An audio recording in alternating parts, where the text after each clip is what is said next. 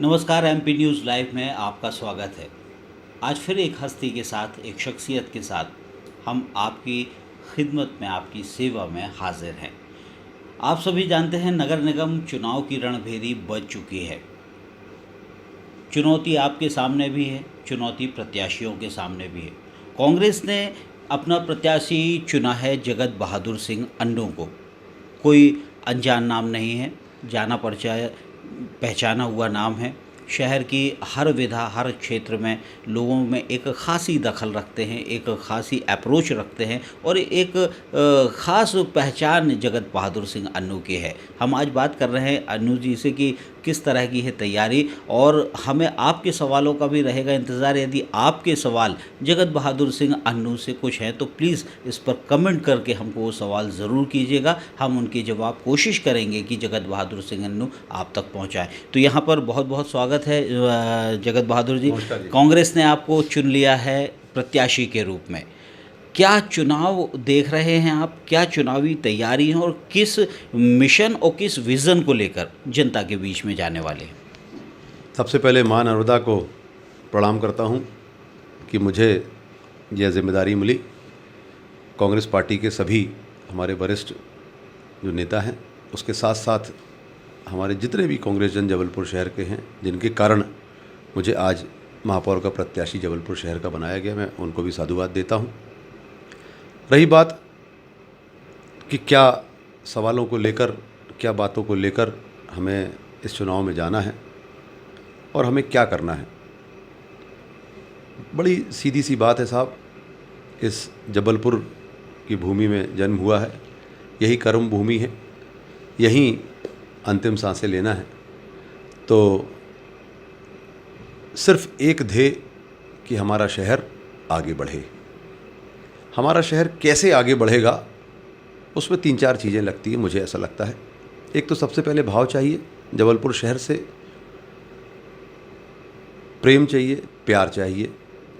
उसके बाद फिर आपके पास एक विज़न होना चाहिए, एक सोच होना चाहिए कि हम अपने शहर को कैसे आगे बढ़ाएंगे।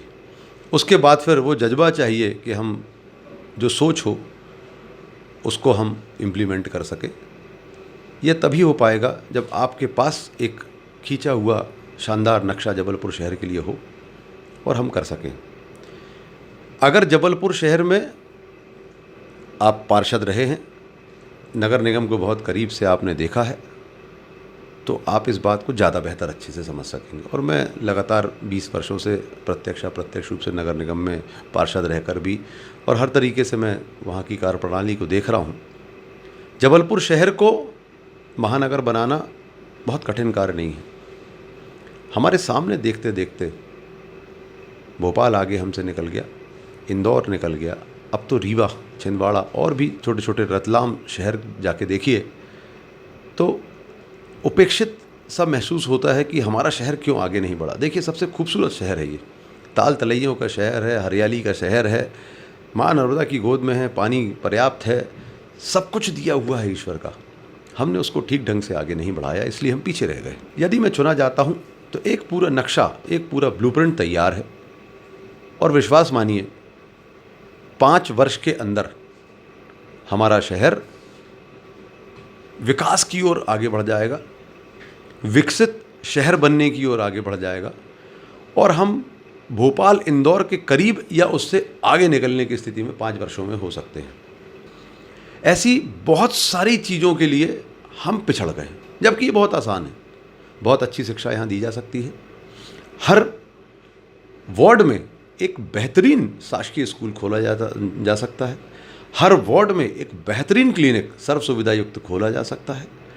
हर स्तर पर हम लोगों को बहुत अच्छे से बड़े स्कूलों को यहाँ लाकर और शिक्षित कर सकते हैं। बड़ी यूनिवर्सिटीज़ और खोली जा सकती हैं।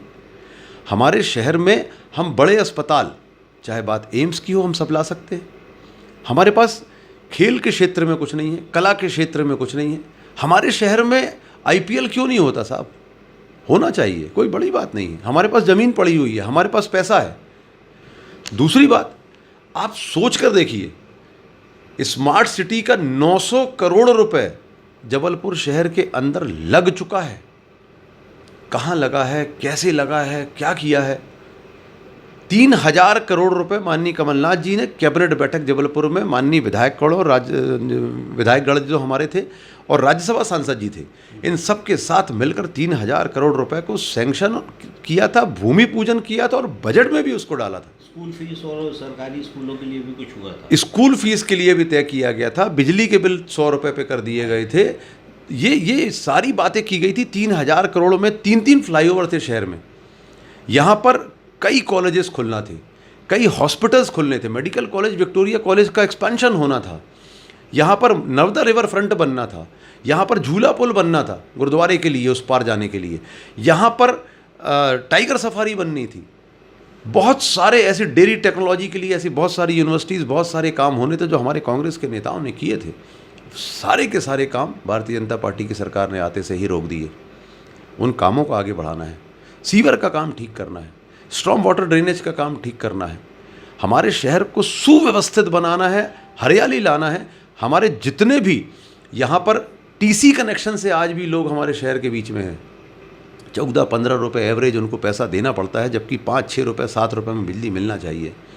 टीसी कनेक्शन 15,000 परिवार, क्यों इतनी महंगी बिजली, क्यों इतना महंगा टैक्स नगर निगम का, क्यों आप सिंगल विंडो क्यों नहीं रखते हैं? लोग परेशान हैं, व्यापारी परेशान हैं, हमारे बिल्डर्स परेशान हैं, सारे लोग परेशान हैं। सिंगल विंडो देना चाहिए, सरलीकरण टैक्स का करना चाहिए। ऐसी बहुत सारी बातें हैं जो की जा सकती हैं, जो की जाना है आगे चलकर। हम लोग जो काम रुके हुए हैं, और साहब जिन कामों में भ्रष्टाचार हुआ है उन लोगों को भी दंडित किया जाएगा, जिन्होंने आम जनता के पैसों की होली खेली है उन्हें दंडित भी किया जाएगा। और आगे जो भी निरंकुश है सब पर अंकुश लगाकर सबसे पहला काम जबलपुर शहर में भ्रष्टाचार को ख़त्म किया जाएगा।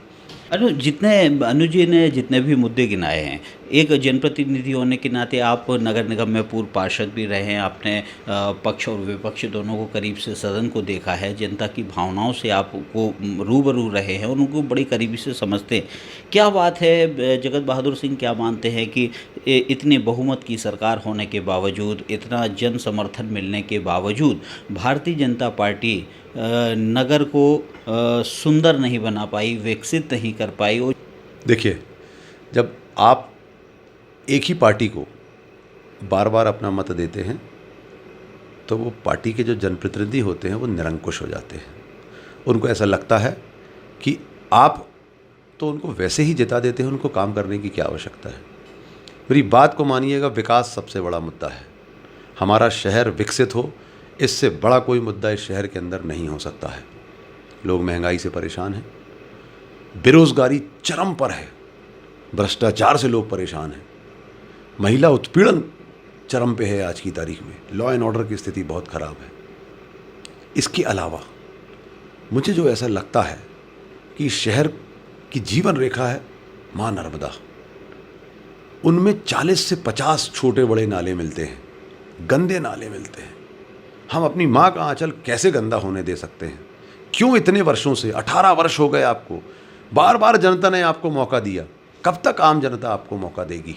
आपने 18 वर्ष में प्रदेश में, देश में और हमारे यहाँ नगर निगम में आपके पास सरकार थी, आपको पूरी ताकत जनता ने दी थी, पर आपने नहीं किया काम। आपकी कथनी और करनी में बहुत अंतर था।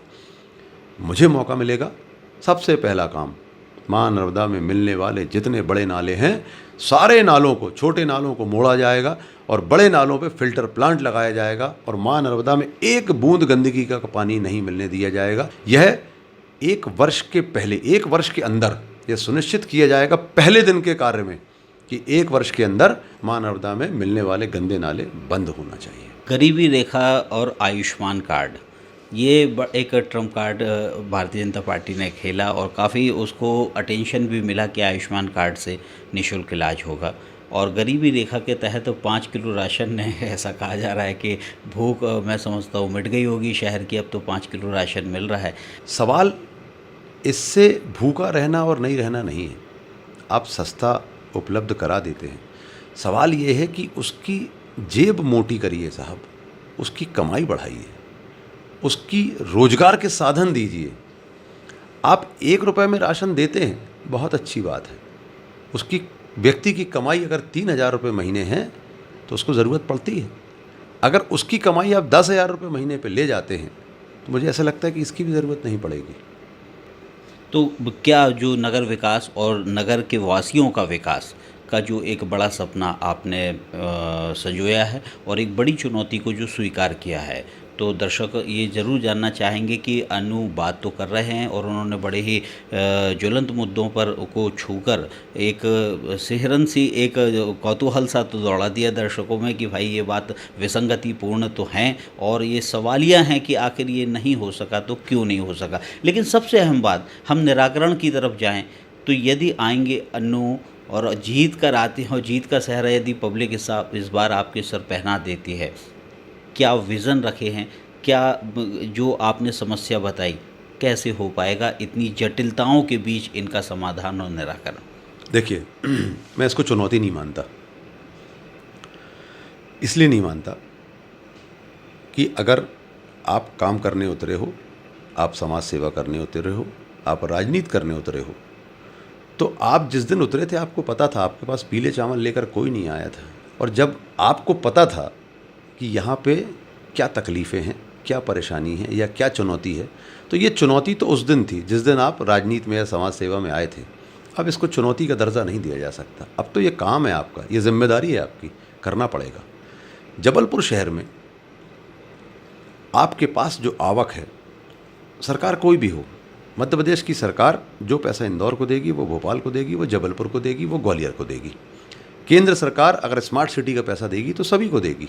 अगर जवाहरलाल अर्बन मिशन का पैसा आता था तो सभी को आता था। एडीबी का लोन मिलता तो सबको मिलता था। चुंगी का पैसा मिलेगा सबको मिलेगा। लोन आप हुडको से उठाएंगे सबको मिलेगा। पैसा भरपूर आता है। हमारे पास आज खुशनसीबी ये है कि आम जनता ने हमको जबलपुर शहर में 3 विधायक और 1 राज्यसभा सांसद भी देके रखे हुए हैं। ये 3 विधायक, 1 राज्यसभा सांसद और 1 महापौर और पार्षदों का बहुमत मिलकर इस शहर को कहीं से कहीं आगे ले जाएंगे।